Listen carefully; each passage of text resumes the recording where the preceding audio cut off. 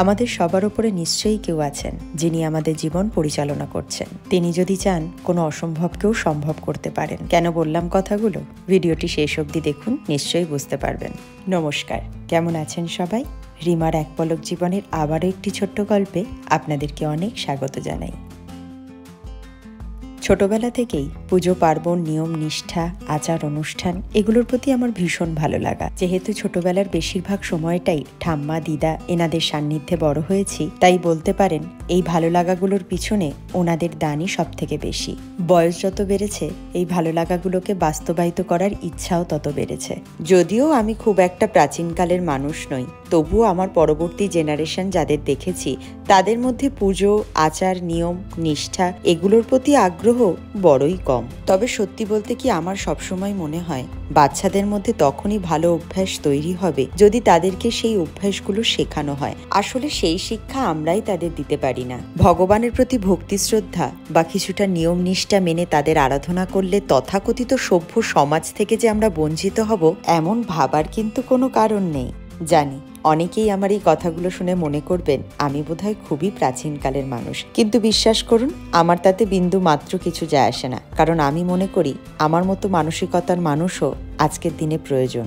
আর এই মানসিকতার জোরে তৈরি হওয়া মনোবল থেকেই আমি ভিডিও শুরুতে বলেছিলাম, আপনার সামনে যতই বাধা আসুক না কেন, ওপরে যিনি আছেন তিনি যদি চান আপনি সেই বাধা অতিক্রম করতে পারেন। এখন আপনারা ভাবতেই পারেন কি কারণে আমি প্রথম থেকে এমন কথা বলার সাহস পাচ্ছি। চলুন এবার সেই গল্পেই আসা যাক।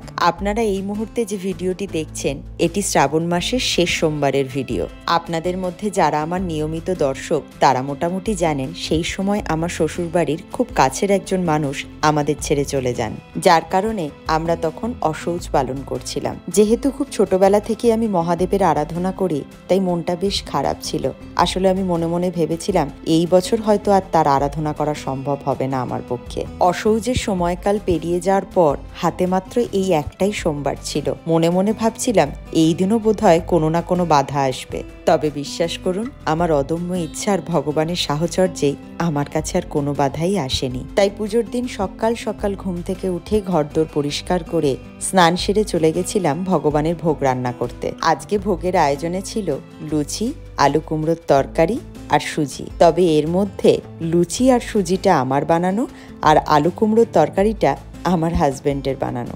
আরেকটি কথা এই মুহূর্তে না বললেই নয়, আমি যে এত কিছু এত সুন্দরভাবে আয়োজন করতে পারি এর পিছনে আরো একজন মানুষের যে হাতটা থাকে সেটা হলো আমার হাজবেন্ড। ও যদি আমাকে এইভাবে সাপোর্ট না করতো তাহলে আমি এত কিছু কখনোই করতে পারতাম না। যাক, এবার চলে আসি পুজোর নিয়মে। ভোগ রান্না সেরে আমি চলে আসি ভগবানের সিংহাসনটাকে প্রস্তুত করে নেওয়ার জন্য। প্রথমে পুজোর জায়গাটাকে ভালো করে পরিষ্কার করে নিয়ে একটি জলচৌকি পেতে তার উপর একটা পরিষ্কার কাপড় পেতে দিয়েছিলাম। এরপর সেখানে খানিকটা ফুল ছড়িয়ে একটা পরিষ্কার পাত্র পেতে দিলাম। মহাদেবকে বসানোর আগে অবশ্যই আপনি যে পাত্রটি পেতেছেন তার উপর চন্দন দিয়ে কৈলাস পর্বত এঁকে নিতে হবে এবং তার সাথে একটি বেলপাতাতে চন্দন লাগিয়ে তার উপর রেখে দিতে হবে। এরপর আমি একটা সুন্দর শাড়ি পরে বসে পড়লাম ভগবানের পুজোয়।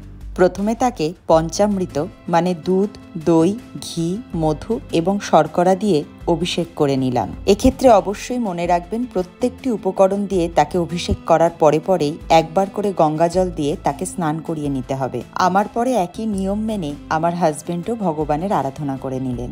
এরপর মহাদেবকে গঙ্গা জল দিয়ে স্নান করে একটা পরিষ্কার কাপড় দিয়ে মুছে নিতে হবে।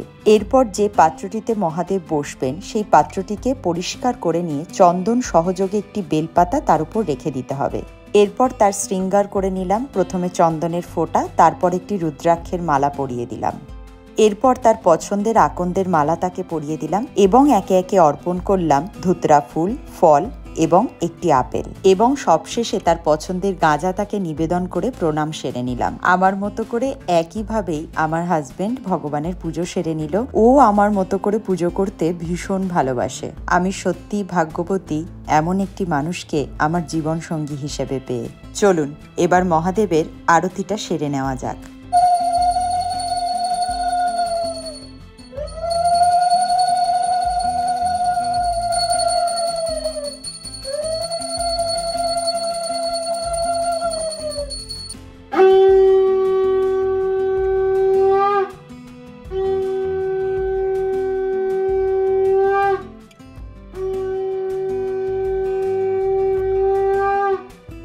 তুমি ভালো থেকো আর তুমি তোমার মতো করে সবাইকে ভালো রেখো। ঘরের পুজো শেষ, এবার চলেছি আমাদের সোসাইটির নিচে যে মন্দিরটি আছে সেখানে। দেখুন কি সুন্দর করে মন্দিরটিকে সাজিয়েছে।